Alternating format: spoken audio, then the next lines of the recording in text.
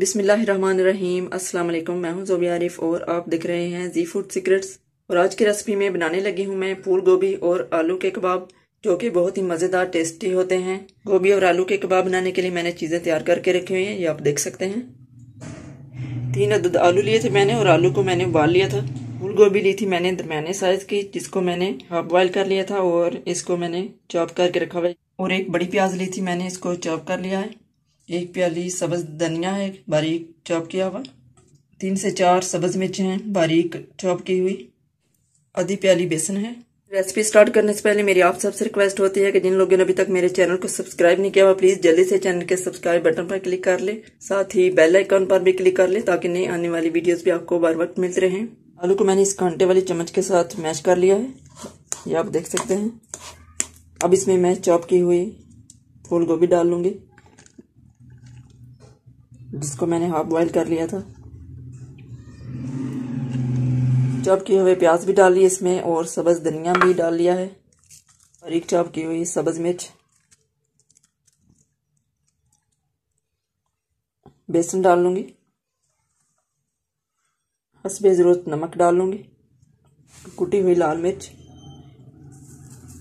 2 छोटी चम्मच, कूटा हुआ सूखा धनिया ये भी 2 चम्मच, 1 छोटी चम्मच इसमें जाएगा साबुत जीरा। अब इन तमाम चीज़ों को मिक्स कर लूँगी,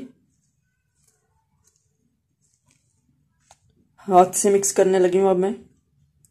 जी तो मसाला मैंने तैयार कर लिया है। अब मैं हाथ के साथ इसकी टिक्कियाँ बना लूँगी कबाब की शक्ल में, ऐसे थोड़ा थोड़ा लेकर। हाथ के ऊपर मैंने ऑयल लगा लिया था, आप कोई सी भी शेप दे सकते हैं। इस तरह की टिक्कियाँ बना लेनी है। अब दोनों साइडों पर मैदा लगा लूँगी।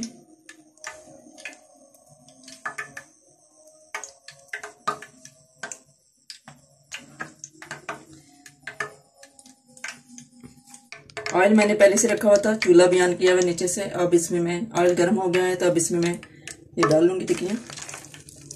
इसी तरह एक एक करके मैं इसमें डालती जाऊँगी, बाकी भी बना लूँगी इसी तरह ही।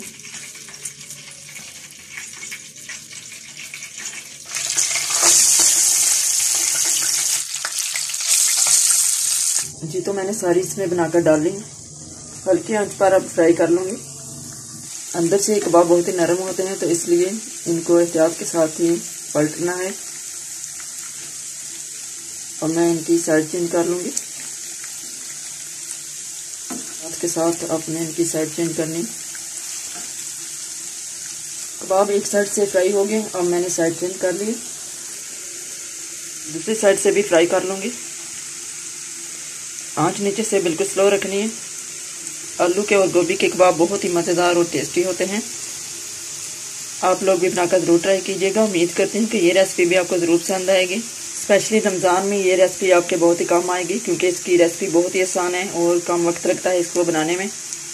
एक दफ़ा आपने बनाकर खा लिए तो आपका बार बार बनाने को दिल चाहेगा, क्योंकि बहुत ही मज़ेदार और टेस्टी होते हैं ये तो कबाब फ्राई हो चुके हैं, अब मैं इनको निकाल लेती हूँ। अल्हम्दुलिल्लाह माशाल्लाह, ये आप देख सकते हैं गोभी के और आलू के कबाब तैयार हो गए हैं। बहुत ही मज़ेदार और बहुत ही टेस्टी कबाब बने हैं। आप इनको चटनी के साथ खा सकते हैं, केचप के साथ खा सकते हैं।